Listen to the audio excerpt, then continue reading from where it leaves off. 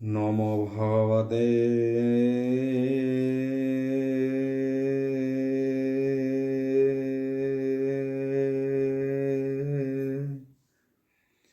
বাসুদেবায়।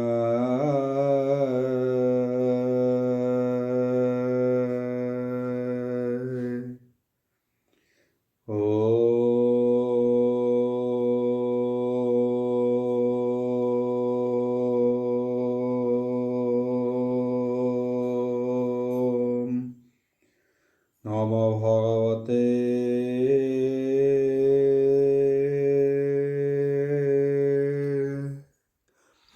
বাসুদেবায়।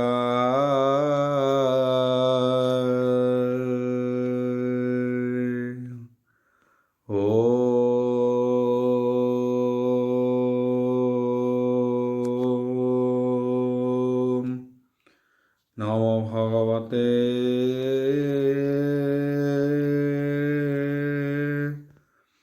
বাসুদেवाय।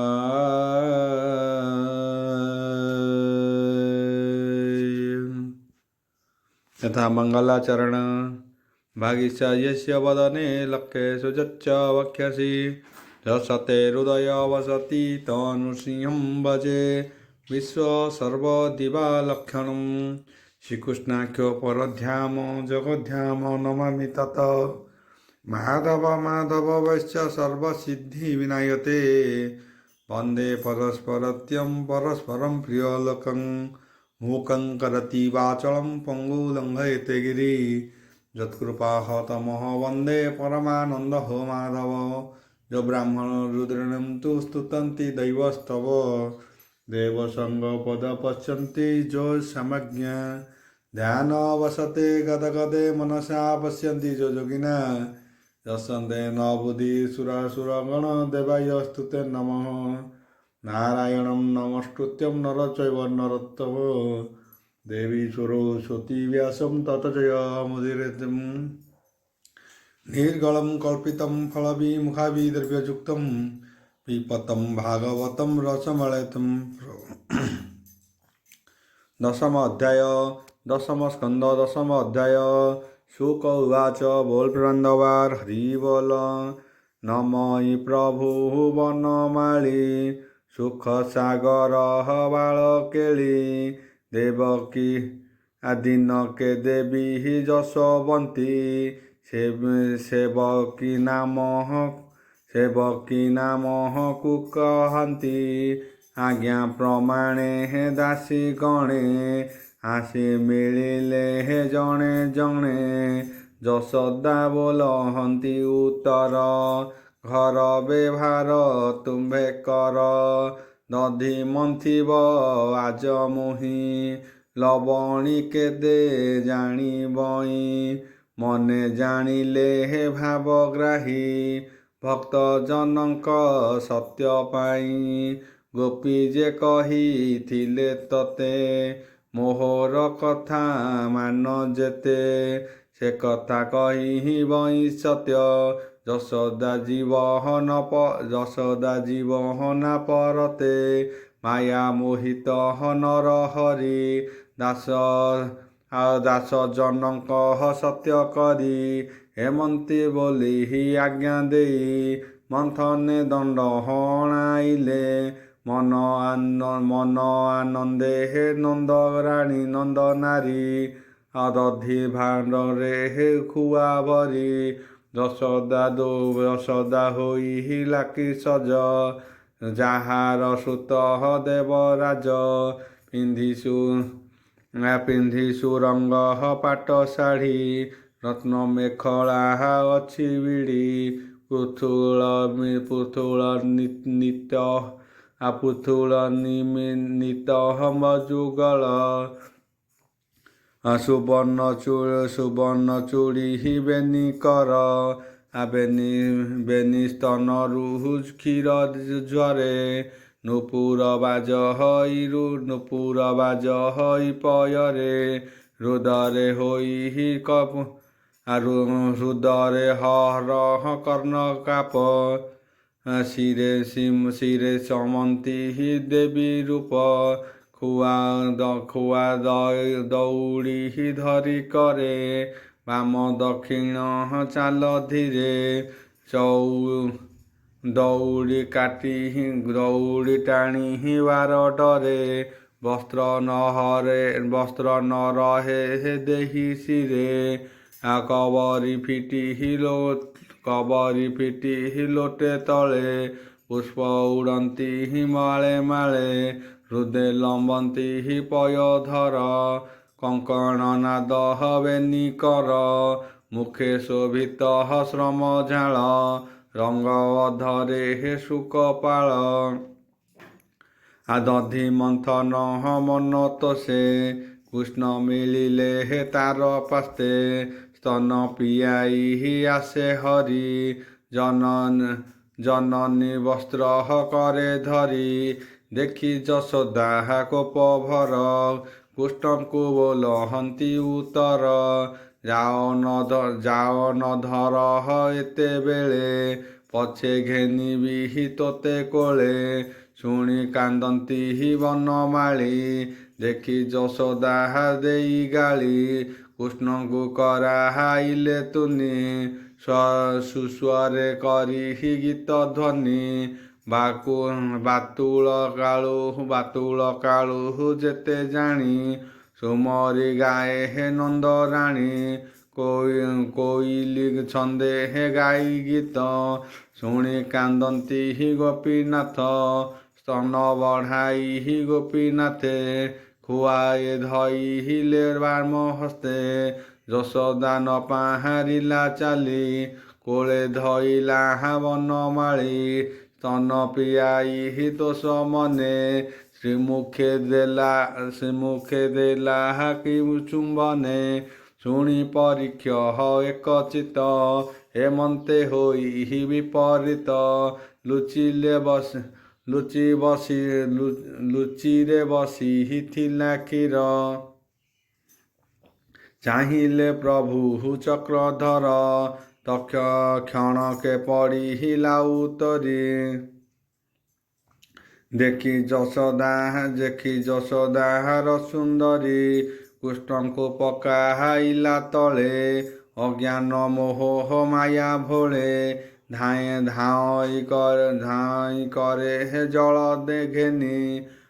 ପଡ଼ି କାନ୍ଦନ୍ତି ଅନ୍ତର୍ଯ୍ୟାମୀ କୋପେ ବସିଲା କୃଷ୍ଣଙ୍କର ଦନ୍ତେ କାମୁଡ଼ିଲେ ଅଧର ଉଠିଲେ ଭବ ସୁଖ ଦାତା ଘରୁ ଆଣିଲେ ଶିଳ ପୁଆ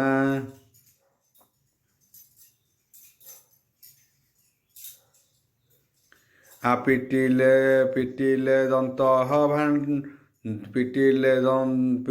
ଦଧି ଭାଣ୍ଡ ନେଇ ଭାଜି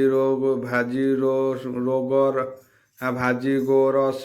ଗଲା ଦହି ତା ଦେଖି ଗୋବିନ୍ଦ କାନ୍ଦିଲେ ଲୁଚିଲେ ଗମ୍ଭୀରା ଭିତରେ ଘରେ ଲବଣୀ ଥିଲା ଯେତେ ସବୁ ଖାଇଲେ ହେବେନି ହସ୍ତେ କ୍ଷୀର ଉତାରି ଗୋପୀ ବାଳି ପୁଣି ମନ୍ଥନ ସ୍ଥାନ ମିଳି ଦେଖି ଚକିତ ଲାଗେ ହସ୍ତ ଏଡ଼େ କମର କଲା ସୁତ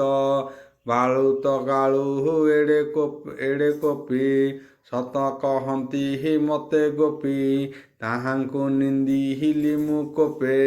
ଏବେ ଦେଖିଲି ଈଶ୍ୱର ରୂପେ ଆଜ କରିବି ପ୍ରତିଫଳ ଗୋପୀ ଛାଡ଼ନ୍ତି ଚହଳ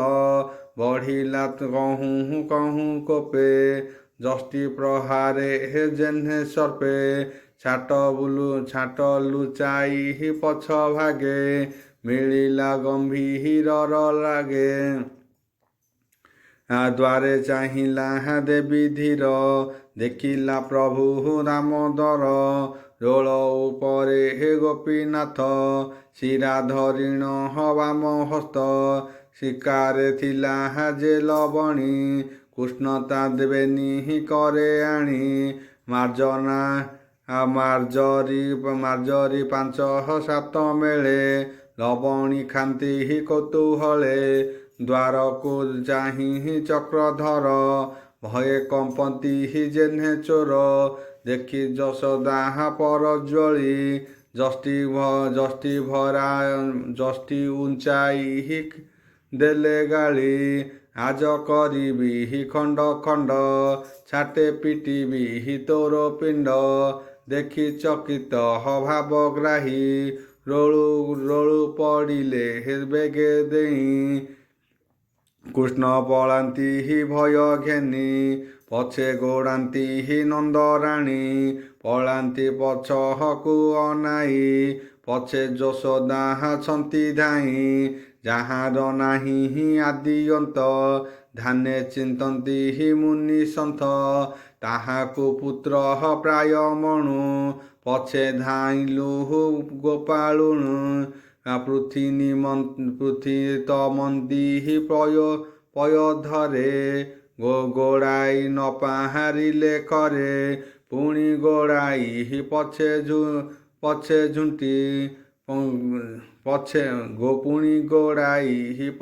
ଝୁଣି।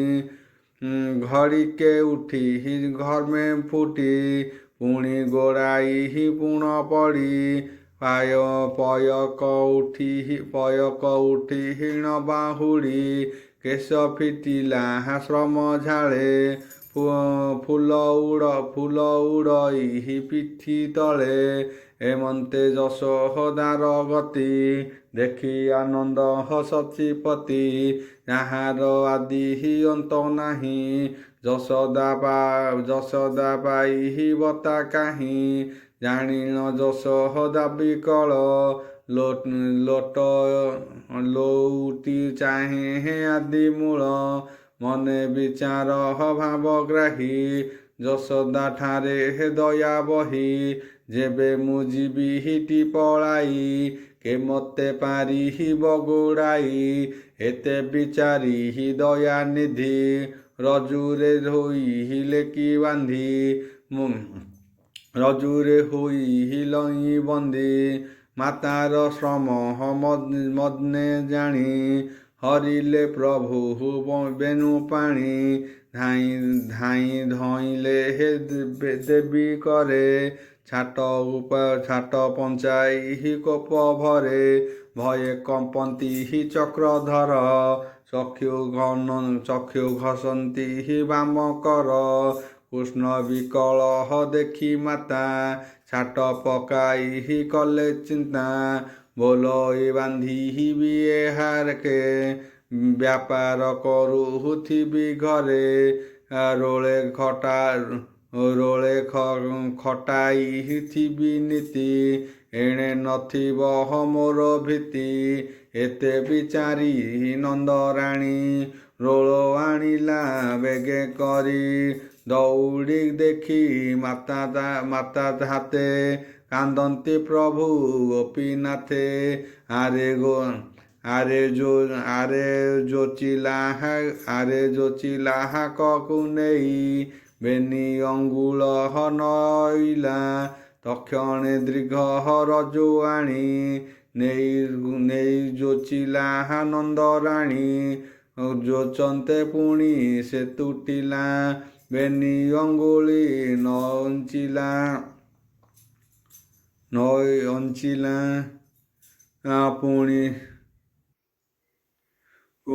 ପୁଣି ଯାଉଥିଲା ଖଣ୍ଡ ଦୁଇ, ବେନି ଅଙ୍ଗୁଳି ନରହଇ। ପୁଣି ପଶିଲା ଘରେ ଯାଇ, ଦଉଡ଼ି ଆଣେ ନନ୍ଦ ବହି। ଏମନ୍ତେ ଘରେ ଯେତେ ଥିଲା, ଖୋଜନ୍ତେ ପୁଣି ଅନିଆଳା।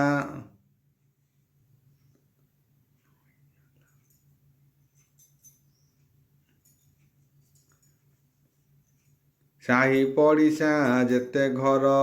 ଦଉଡ଼ି ଆଣେ କୋପ ଭର। ଯାହା ଦେଖିଲା ବେଗେ ନେଇ, ଦେଖିଲା ପୁଣି ନ ଅଣ୍ଟଇ। କେବେ ହୁନ ପାହାରିଲା ବାନ୍ଧି ଚରଣ ଚରଣ ଚଞ୍ଚଳ ତଳେ ରୁନ୍ଧି ଗୋପୀ ଅଇଲେ ତାହା ଶୁଣି ଯଶୋଦା ବାନ୍ଧେ ପୁଣି ଗୋପୀ ହସନ୍ତି ତାହା ଶୁଣି ସମସ୍ତ ମୁଖ ବସ୍ତ୍ର ଦେଇ ଏଆରେ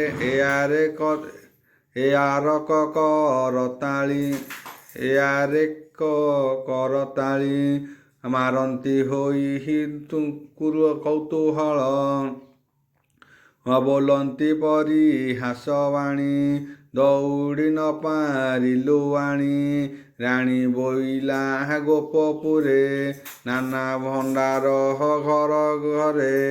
ଦୌଡ଼ି ନାହିଁ ତ ଭୁବନେ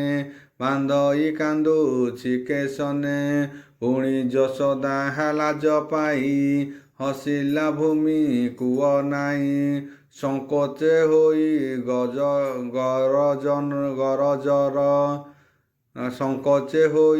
ଜର କାତରେ କମ୍ପ ଶରୀର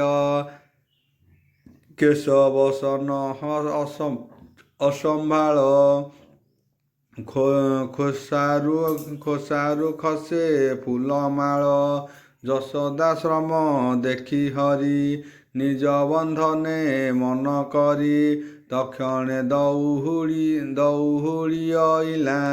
କୃଷ୍ଣଙ୍କୁ ରୋଳ ଖୁଆଇଲା ଯେ ହରି ତିନି ଗୁଣ ଛନ୍ଦି ସଂସାର କରି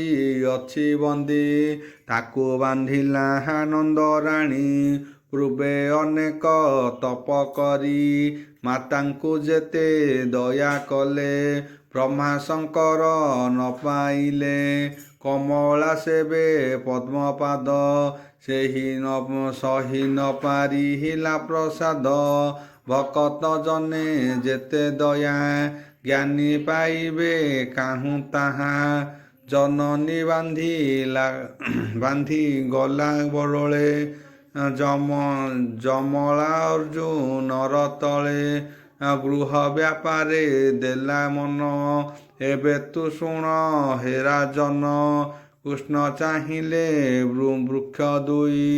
ବିଚାର କଲେ ଭାବଗ୍ରାହୀ ପୂର୍ବେ କୁବେର ନେବେନି ଶ୍ରୁତ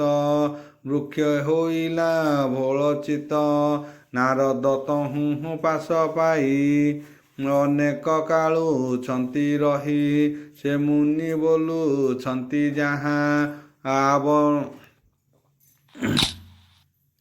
ଅବଶ୍ୟ କହିବି ମୁଁ ତାହା ଏତେ ବିଚାରି ବନମାଳି ରୋଳ ଟାଣିଲେ ପାଦ ଚାଳି ମିଳିଲେ ବେନି ବୃକ୍ଷ ତଳେ ଟେକି ଚାହିଁଲେ ବେନି ଡୋଳେ ସେ ହରି ଚରଣ ପଙ୍କଜେ ସୁଜନ ଜନେ ନିତ୍ୟ ଭଜେ ଏହା ଶୁଣନ୍ତି ନର ନାରୀ ହେଳେ ତରିବ ଭବବାରୀ ଶ୍ରୀକୃଷ୍ଣ ବାଳ କଚରିତ କହଇ ଦାସ ଜଗନ୍ନାଥ ଇତି ଶ୍ରୀମଦ୍ଭାଗବତେ ମହାପୁରାଣେ ପରମହଂସ୍ୟା ସଂହିତା ଦଶମ ସ୍କନ୍ଧେ ପୂର୍ବାରୁଦ୍ଧ ନନ୍ଦ ବସୁଦେବ ସଙ୍ଗମେ ନାମ ଅଷ୍ଟାଦଶ ଅଧ୍ୟାୟ।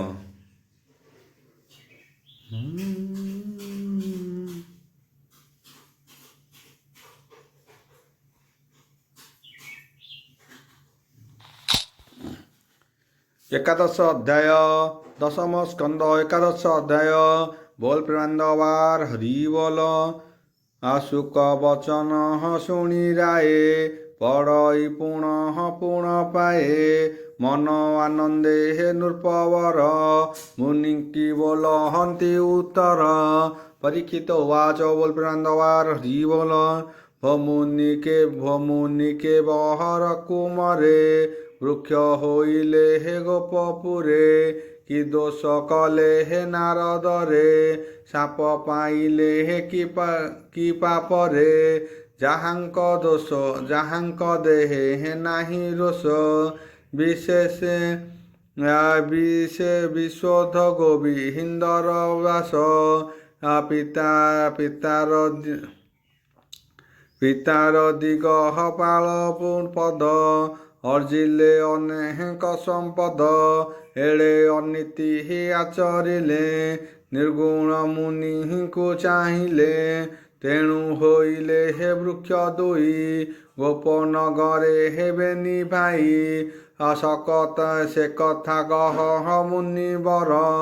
ନିର୍ମଳ ହେଉ ମୋ ଶରୀର ମୁନି ବୋଲନ୍ତି ତାହା ଶୁଣି କୃଷ୍ଣ ଚରିତ ମନେ ଗୁଣି ସୁକୌବାଚ ବୋଲ ପ୍ରେମାନନ୍ଦବାର ହରି ବୋଲ ନଳକୁବର ଶ୍ରମୀ ମଣି ନଳକୁବର ମଣି ଗ୍ରବ ତପେ ତୋଷିଲେ ହେ ସଦାଶିବ ପ୍ରସନ୍ନ ହୋଇ ଉମାକାନ୍ତ ବର ଯାଚିଲେ ହେ ବିଶ୍ୱନାଥ ଶୁଣି ସାନନ୍ଦ ହବେନି ଭାଇ କହନ୍ତି ଶିରେ ହେ କର ଦେଇ ଆନ ସମ୍ପଦ କାର୍ଯ୍ୟ ନାହିଁ ଶୁଣି ତ୍ରୈଲୋକ୍ୟ ଗୋସାଇଁ ସତେକ ଅକ୍ଷ ଅପସରି ଆମ୍ଭେ ମରମିଲୁ ବନେ ହରି ସ୍ତବ ହୋଇଲେ ହେ ଶୂନ୍ୟ ପାଣି ବୋଇଲ ମିଳା ହାଇଲାଣି କନ୍ୟା ସମତେ ହେବେନି ଭାଇ ମିଳିଲେ ଗଙ୍ଗା ହାତୀରେ ଯାଇ ବାରୁଣେ ମଧ୍ୟ କଲେ ପାନ ଭୋଳେ ହୋଇଲେ ହେ ହତ ଜ୍ଞାନ ଦୈବ ଦିନା ଘର କାଳେ ଦେଇ ପଶିଲେ ହେ ଗଙ୍ଗା ଜଳେ ବସ୍ତ୍ର ପାଲଟି ବୃକ୍ଷ ତଳେ କନ୍ୟାଏ ପଶି ଗଲେ ଜଳେ କରନ୍ତି ନାନା ରଙ୍ଗ କେଳି ତାହା ହାସ ପରିହାସ ଡମାଳି ହେମନ୍ତ ସମହଏ ନାରଦ ଜାନ୍ତେ କରନ୍ତି ବୀଣା ବାଦ୍ୟ ଆଶ୍ରମ ନାମେ ହେ ବଦରିକା ତହିଁକି ଯାଉଛନ୍ତି ଏକା ହରି ଭକତି ହୃଦେ ଧ୍ୟାଇ ନାଚନ୍ତି ବୀଣା ବାଦ୍ୟ ବାଇ କନ୍ୟାଏ ନାରଦଙ୍କୁ ଦେଖି ତକ୍ଷଣେ କ୍ରୀଡ଼ାକୁ ପେଖି ଜଳୁ ଉତୁରି ଯେଝା ମତେ ବସ୍ତ୍ର ସେ ପିନ୍ଧିଲେ ତୁରିତେ ଭୟେ କମ୍ପନ୍ତି ଥର ହର ନପୁଣ କୋପେ ହେ ମୁନିବର ଲୁଚିଲେ ବୃକ୍ଷଙ୍କର ପଛେ ନାରଦ ଦେଖନ୍ତି ପ୍ରତ୍ୟକ୍ଷେ ଜଳେ କ୍ରୀଡ଼ନ୍ତି ବେନି ଭାଇ ଦେଖିଲେ କନ୍ୟା ମାନ ଚାହିଁ ଭୋଳେ ଚାହାନ୍ତି ଦଶ ଦିଗେ ବସ୍ତ୍ର ହିଁ ନାହିଁ କଟି ଭାଗେ ମଧ୍ୟ ଋଣ ବେନି ଆଖି ମୁନିକି ଚାହାନ୍ତି ନିରଖି ଦେଖି ନାରଦ ମୁନିବର ବୀଣା ଶବଦ କଲେ ସ୍ଥିର କୂଳେ ରହିଲେ ହେ ଆଡ଼ ହୋଇ ଦୟାରେ ବିଚାରନ୍ତି ଚାହିଁ ହେବେନି କୁଏ ହେ ରନନ୍ଦନ ମତେ ହୋଇଲେ ହେ ହତ ଜ୍ଞାନ ଦୈବ କଲା ୟାଙ୍କୁ ନାଶ ତେଣୁ ହୋଇଲା ବୁଦ୍ଧି ଭ୍ରଂଶ ସ୍ୱଭାବେ ରଜ ଗୁଣ ଛନ୍ଦ ଅଜ୍ଞାନେ ହେଲେ ହେ ମୋହ ବନ୍ଧ କେ ହାପାରେ ହେ ଆନ କରି ଯାବତ ଥାଇ ଦେହ ଧରି ବହୁତ ଥାଇ ଯାର ଧନ ବନ୍ଧୁରେ ସେହି ଶ୍ରେଷ୍ଠ ଜନ ପରର ମଣି ଯେହୁ ହରେ ଯେ ପ୍ରାଣୀ ମଧ୍ୟ ପାନ କରେ ଜୁଆ ଖେଳନ୍ତି ଭୋଳ ହୋଇ ଚୋରି କରନ୍ତି ଭୋଳ ବହି ଐଶ୍ୱର୍ଯ୍ୟ ମନ୍ଦହର ଲକ୍ଷଣେ ତ୍ରିବିଧ ଅଟେ ଏହା ଜନେ ବହୁ ସ୍ତ୍ରୀଙ୍କ ସୁରାପାନ ଦୈତ୍ୟ କ୍ରୀଡ଼ନ୍ତେ ହେ ରସେ ମନ ଧିକ ଏ ଐଶ୍ୱର୍ଯ୍ୟର ଜାଣ ପରକେ ଦିଅନ୍ତି କପଣ ଅପରକେ ଦିଅନ୍ତି କଷଣ ଏକୁଆରକେ ହିଂସା ବହି ନରକେ ପଡ଼ୁଥାନ୍ତି ଯାଇ ନଶ୍ୱର ଦେହକୁ ଅଜର ଅମର ପରାହା କରି ସ୍ଥିର ଜୀବ ହିଂସନ୍ତି ଆନନ୍ଦରେ ଶୋଚାରି ନଥାଇ ମନରେ ମାଂସ ଭକ୍ଷଣେ ପଶୁ ମାରେ ଯେ ଦୟା ଧର୍ମକୁ ବିଚରେ ଦେହକୁ ବୋଲନ୍ତି ମୋହର ପାପକୁ ନାହିଁ ଯାର ଡର ଅଜ୍ଞାନ ମୋହେ ହନ୍ତି ମତ ନରକେ ପଡ଼ନ୍ତି ତୁରିତ ଦେହରୁ ପ୍ରାଣ ଗଲେ ଛାଡ଼ି ଆଉ ରହଇ ମୃତ ପିଣ୍ଡ ପଡ଼ି ଭୂଦେବ ନର ଦେବ ହେଲେ ଅନ୍ତେ ନାଶ ଲଭେ ଭଲେ ଏ ଦେହୁ ଯିବା କାଳେ ପଶଇ ଭସ୍ମ କୀଟ ମେଳେ ଏ ଦେହ ପାଇଁ ହିଁ ମାରେ ଜନ୍ତୁ ଅଜ୍ଞାନ ନର କର ହେତୁ ଜ୍ଞାନ ହୁଇ ଏତେ ଭ୍ରମ ଜନ୍ମେ ମରଣେ ପ୍ରଥ ଶ୍ରମ ଏ ଦେହ କହିବା କାହାର ମାତା ପିତା ବା ବନ୍ଧୁଙ୍କର କି ଅନ୍ନଦାତା କି ରାଜନ କି ଅଗ୍ନି ଶ୍ୱାନ ଶୃଗାଳର କିଏ ବା ନିଜ ହର ଏ ଦେହ କେହା କରିବ ନିର୍ଣ୍ଣୟ ଅଥବା ବଳ ଅଛି ଯାହାର ଏତେ ଅଧିକାର ଅବ୍ୟକ୍ତ ତହୁଁ ଜାତ ହୋଇ ପୁଣି ସେ ତହିଁରେ ମିଶଇ ଏ ଦେହ ପାଇ ଜନ୍ତୁ ମାରେ ମୂଢ଼ ନ ହେଲେ କେବା କରେ ସମ୍ପଦ ମତେ ଯେହୁ ଅନ୍ଧ ସମ୍ପଦ ନାଶ ତା ଔଷଧ ଦରିଦ୍ରପଣେ ଦୁଃଖ ପାଇ ଆମିକୁ ଜଗହତେ ଦେଖଇ ନା କାନ ବହେ ଯେହର ଚରଣ ସେ କି ଜାଣଇ ସେ କଷଣ ସୁଖୀ ନ ଜାଣେ ପର ବ୍ୟଥା ଜୀବ ମାରଣେ ସମରଥା ଯାହାର ଦେହ କ୍ଷତ ହୋଇ ସେ ଜାଣେ ଦୁଃଖ ଦୁଇ ଦରିଦ୍ର ଜନ କ୍ଲେଶ ପାଇ ଇନ୍ଦ୍ରିୟ ଭୋଗେ ନରସଇ କ୍ଷୁଧାରେ ଶ୍ଲୋକ ଯା ଶରୀର ସେ କାହୁଁ ହିଂସିବ ପର ଏଣୁ ଦୁଃଖୀପଣ ପରମ ତପସ୍ୱୀ ସମାନ ହରି ଭକତ ସାଧୁ ଜନେ ସଙ୍ଗଲ ଭଇ ଅକିଞ୍ଚନେ ସମମଣଇ ଦୁଃଖ ସୁଖେ ତାହାଙ୍କୁ ନାରାୟଣ ରଖେ ଏତେ ବିଚାରି ମୁନିବର ଚଞ୍ଚଳ ଚିତ କଲେ ସ୍ଥିର ବୋଲନ୍ତି ଦୟା ଭାବ ଚିତେ ନାଶ ଏ ଜୀବ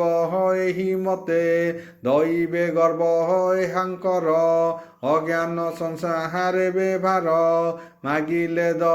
ମାଗିଲେ ସତେ କନ୍ୟା ରତି ଏ ମୁଢ଼େ କିଛି ନ ଜାଣନ୍ତି ଭୋଳ ହୋଇଲେ ମଧ୍ୟ ଖାଇ ଏବେ ତରିବ ହବେନି ଭାଇ ଦେହକୁ ନ ଜାଣନ୍ତି ଭୋଳେ ବୃକ୍ଷ ହୋଇଲେ କୌତୂହଳେ କୋପେ ବୋଲନ୍ତି ମୁନିବର ଶୁଣ କୁବେର କୁମର ଅର୍ଜୁନ ବୃକ୍ଷ ରୂପ ହୋଇ କାଳ ବଞ୍ଚିବ ହବେନି ଭାଇ ମତେ ଯେ ନ ଚିହ୍ନିବ ବ୍ରହ୍ମ ତେଣୁ ହୋଇବ ଉଚ୍ଚ ଦ୍ରମ ଏତେ ବୋଲିଣ ମୁନି ଗଲେ କନ୍ୟାଏ ତାହାଙ୍କୁ କହିଲେ ସାପ ବିହିଲେ ମହାରୁଷି ବୋଇଲେ ସ୍ତାବହର ହୁଅସି ଶୁଣି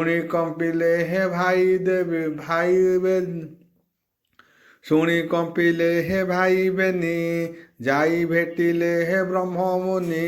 ପାଦେ ପଡ଼ିଲେ ମାଗି ଗତି ପାଗେ ପାଦେ ପଡ଼ିଣ ମାଗି ଗତି ବୋଇଲେ ଶୁଣ ବ୍ରହ୍ମଜ୍ୟୋତି ଆମ୍ଭର ମଦି ଭୋଳ ପଣେ ଗର୍ବ ବହିଲୁ ଅକାରଣେ ଅମୋଘ ବଚନ ଏ ତୋର ବ୍ୟର୍ଥ ନୁହେଁ ହେ ମୁନିବର ଉତ୍ତମ କୂଳେ ହେ ଯେ ହୋଇ ଜନ୍ମ କଲୁ ଯେ ପାପ ନୀତିମାନ ହେମନ୍ତେ କାନ୍ଦି ଉଚ୍ଚ ସ୍ୱରେ ବୋଲନ୍ତି କୁବେର କୁମରେ ବିକଳେ ଦେଖି ବ୍ରହ୍ମ ଋଷି ବୋଇଲେ ବଚନ ଆଶ୍ୱାସୀ ଆମ୍ଭ ବଚନ ମିଥ୍ୟା ନୋହି ବୃକ୍ଷ ହୋଇବ ହବେନି ଭାଇ ନନ୍ଦରଜନେ ହେ ଦେହ ଧରି ବୃକ୍ଷ ହୋଇବ ମର୍ତ୍ତ୍ୟପୁରୀ ଅଷ୍ଟାବିଶତି ଦ୍ୱାପରରେ ଜନ୍ମ ଲଭିବେ ହେ ନାରାୟଣେ ବିଷ୍ଣୁର ଦିବ୍ୟ ରୂପ ଚାହିଁ ସ୍ୱର୍ଗେ ଆସିବ ହବେନି ଭାଇ ଯହିଁ କରୁଣା ଶୂଳ ପାଣି ତସ ସତେକ କନ୍ୟା ଦେଲେ ଆଣି ତୁମ୍ଭର ସାପ ମୁଖ୍ୟ ଯାଏ ଏମାନେ ଥିବେ ସେହି ଠାଏ ଈଶ୍ୱର ବର ନୋହେ ଆନ ଆସିବ ରମିବେ ହେ କନ୍ୟାମାନ ଅର୍ଜୁନ ବୃକ୍ଷ ରୂପ ହୋଇ ଗୋପେ ଜନମ ହବେନି ଭାଇ ସତେ ବରଷ ଦେବ ମତେ କୃଷ୍ଣଙ୍କୁ ଭେଟି ପାଶ ସାପନ୍ତେ ଭକତି ହୋଇ କୃଷ୍ଣ ପାଦେ ସାପେ ଦୈବ ପ୍ରମାଦେ ମୁନି ସାପରେ ହେବେନି ଭାଇ ବୃକ୍ଷ ହୋଇଲେ ହେ ଗୋପେ ଯାଇ ଶୁଣ ପାଣ୍ଡବ ଚୂଡ଼ାମଣି ରୋଳ ଟାଣିଲେ ହେ ଚକ୍ର ପାଣି ବୃକ୍ଷରେ ଦେଇବେନି ହସ୍ତ ମନେ ଚିନ୍ତନ୍ତି ଗୋପୀନାଥ ନାରଦ ବଚନ ମୋହର ପାଳିବା ଉଚିତ ବ୍ୟବହାର ଆବାସ ବସଳ ବ୍ରହ୍ମ ରାଶି ବୃକ୍ଷର ମଧ୍ୟେ ଗଲେ ପଶି ରୋଳ ଲାଗିଲେ ହେବେନି ବୃକ୍ଷେ ଗୋବିନ୍ଦ ଟାଣିଲେ ପ୍ରତ୍ୟକ୍ଷେ ଉପୁଡ଼ି ଗଲା ହେବେନି ମୂଳ ପଡ଼ି କମ୍ପିଲେ ହେ ପତ୍ର ଡାଳ ଶବଦ ମେଘ ଘଡ଼ଘଡ଼ି ପଡ଼ିଲେ କୃଷ୍ଣ ଦେହ ଛାଡ଼ି ହେଇ ଦେହେ ଲାଗନ୍ତି ଭାବଗ୍ରାହୀ ବାହାର ହେଲେ ହେବେନି ଭାଇ ଅନଳେ ପ୍ରାୟ ତେଜ ରାଶି ଗଞ୍ଜନ୍ତି ଦିବାକର ଶଶୀ କୃଷ୍ଣଙ୍କୁ ଦେଖିବେନି ଭାଇ ଚରଣେ ଶିରେ ଦେଲେ ନେଇ ଚିତ୍ତ ନିବେଶୀ ପଦ୍ମ ପାଶେ ବୋଲନ୍ତି ଶୋକ ଗଦ ଗଦେ କୃଷ୍ଣ ପରମାନନ୍ଦ ହରି ପରମ ପୁରୁଷ ମୁରାରି ଲୀଳାଏ କରି ବିଶ୍ୱମାଳା ଭକତ ଜନେ କରୁ ଦୟା ତୋହର ରୂପ ଗୁଣ ଯେତେ ବିପ୍ରେ ଜାଣନ୍ତି ଦେବ ମତେ ପୃଥିବୀ ଆଦି ପଞ୍ଚଭୂତ ମନ ଇନ୍ଦ୍ରିୟ ଆମି ତତ୍ତ୍ୱ କାଳ ସ୍ୱଭାବେ ଜନ୍ମ ମୃତ୍ୟୁ ଜୀବ ପରମ ଆମି ହେତୁ ଭକତ ଜନ ନିସ୍ତାରଣେ ଶରୀର ବହୁ କି କାରଣେ ତୋ ନାମ ବରହମ ମଙ୍ଗଳ ତ୍ରାହି କରିବା ଆଦି ମୂଳ ଅଷ୍ଟାଙ୍ଗ ଯୋଗ ଧ୍ୟାନ କରି ଯାହା ଚିନ୍ତନ୍ତି ବ୍ରହ୍ମଚାରୀ ନାରଦ ଭେଟିବାର ଫଳେ ତୋଷ ଦେଖିଲୁ ଚର୍ମ ଡୋଳେ ଚକ୍ଷୁ ଶ୍ରବଣ ବୁଦ୍ଧି ଶିର ମନ ବଚନ ହବେନି କର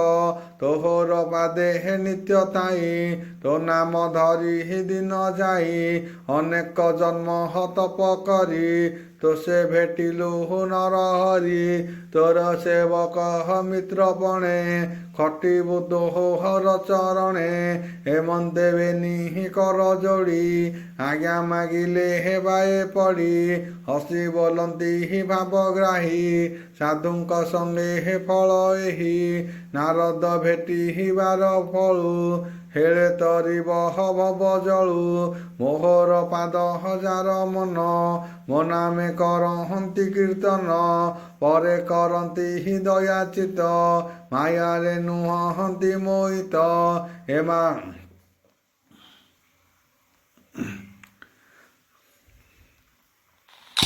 ଆଉ ଏହାଙ୍କ ଦର୍ଶନ ପାଇଁ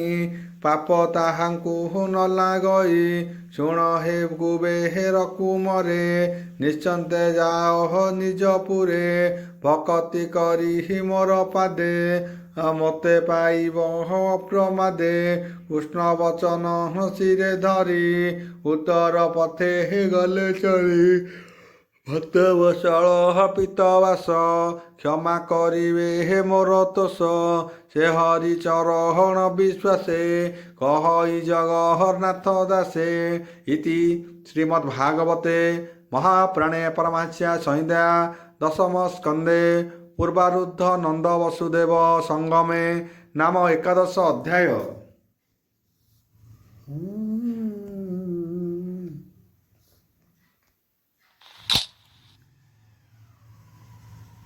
ଦ୍ୱାଦଶ ଅଧ୍ୟାୟ ଦଶମ ସ୍କନ୍ଧ ଦ୍ୱାଦଶ ଅଧ୍ୟାୟ। ଆକୃଷ୍ଣ ଚରଣ ଦେଇ ମନ କହନ୍ତି ବ୍ୟାସଙ୍କ ନନ୍ଦନ ଶୁକ ଉବାଚ ବୋଲ ବୃନ୍ଦବାର ହରି ବୋଲ ଶୁଣ ପରୀକ୍ଷ ମହିପାଳ ଗୋପାଳେ ଶୁଭିଲା ଚହଳ ଭାଜିଣ ବେନି ବୃକ୍ଷ ପଡ଼ି ଶୁଭିଲା ମେଘ ଘଡ଼ଘଡ଼ି ଭୂମି କମ୍ପଇ ଥରହର ଗୋପାଳେ ହୋଇଲେ ବାହାର ବୋଇଲେ କୁହୁଆରେ ଚାହିଁ ଏକି ଶବଦ କାହୁଁ ହୋଇ ନିର୍ଘାତ ଶୁଭିଲା ତା ଗୋଳ ଗଗନେ ନାହିଁ ମେଘମାଳ କାହୁଁ ଏ ଶବଦ ଶୁଭିଲା ଜାଣିଲେ ଅର୍ଜୁନ ଭାଜିଲା ଓಂ ଭୂର୍ଭୁବସ୍ସଃ ତସ୍ୟ ବିତୁର୍ବରେଣ୍ୟଂ ଭର୍ଗୋ ଦେବସ୍ୟ ଧୀମହି ଧିୟୋ ନା ପ୍ରଚୋଦୟାତ୍ ଶାନ୍ତି ଶାନ୍ତି ପୃଥିବୀ ଶାନ୍ତି ଶାନ୍ତି।